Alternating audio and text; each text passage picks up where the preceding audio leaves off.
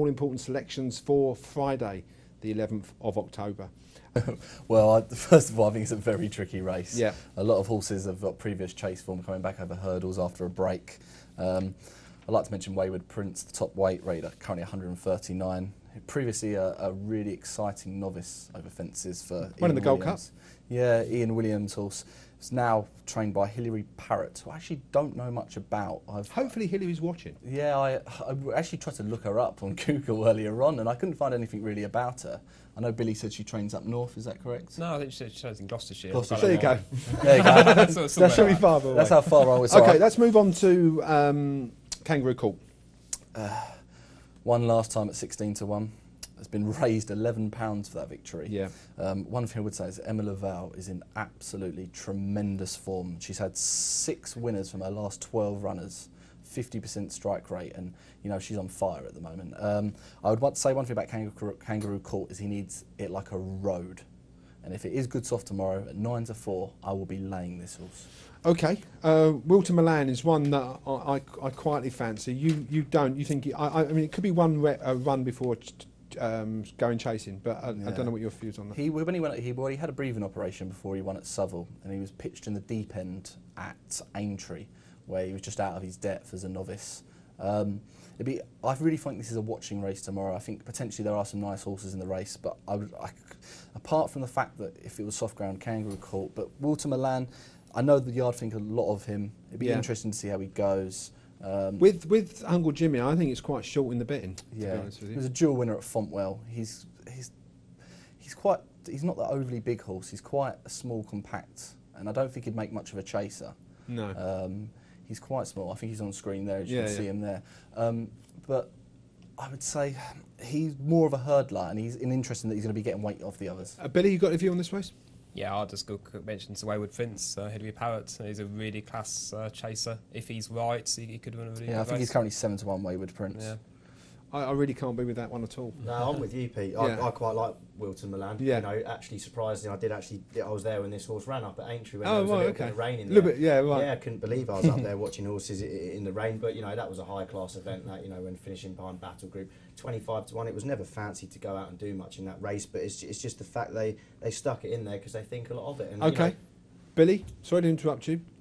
Your selection, Billy. Wayward Prince. I don't have a selection for this race. Okay, great. Tom? Wilton Milan. Wilton Milan. I like Wilton Milan too. You can't not have a selection on this race. It's a watching brief from your point of view. You absolutely cut me out there, Peter. I absolutely did. You can have words offline. It's live telly, but if you're not going to give a selection, move on. That's why you do it. Billy, the all-important time now is arrived where everyone looks at your tips and selections for Friday. So let us know what they are. Well, today, Peter, they're the ones that I've already spoken about. So we're looking at the Sky Farmer in the 220 Newton Abbot. We're looking at Andriego in the 305 at York. We're looking at Harriet in the 430 Carlisle. The last one is Crystal Nymph in the Maiden, the 450 at York. There's another point where Sandy gets a little bit frustrated, but I'm going to ask you to do that again because people do take note of these. Okay. What are those selections? Okay. The Sky Farmer, 220 Newton Abbot. These will all be on Twitter after the show. Yeah. Andriego in the 305 at York. Harriet in the 430 Carlisle.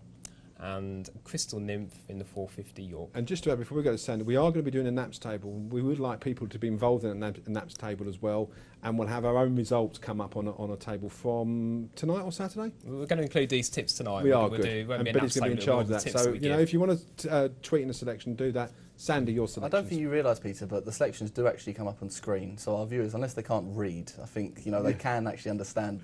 A little stab in the back for me there. Yeah, I'm getting you back for what you said earlier. In the 220 at Newton Abbot, I'm also with the Sky Farmer from the Hobbs Yard. Be interested to see what price it is. I can't imagine it being any bigger than 2 to 1.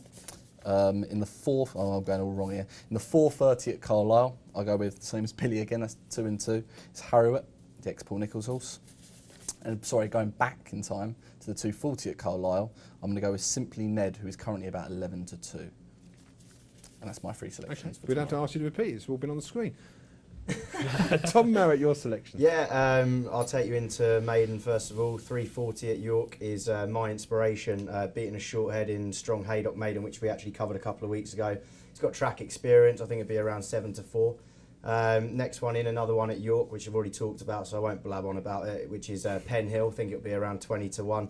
And the third one, which is quite interesting, is at 750 at Dundalk, which is a horse called Giovanni Boldini, which we also talked about 3 weeks ago. You sprung that one on me, that Dundalk race. Why have you gone for Giovanni Boldini? He's back to the course and distance that he originally won at first time out. You know, he was beaten behind Tourmoor and 2 lengths behind Surdyman, who's currently gained a rating of 117. Yeah. Now, you know, the nearest horse to him in that race will be 20 lengths behind him. I can't see this one being beat at all.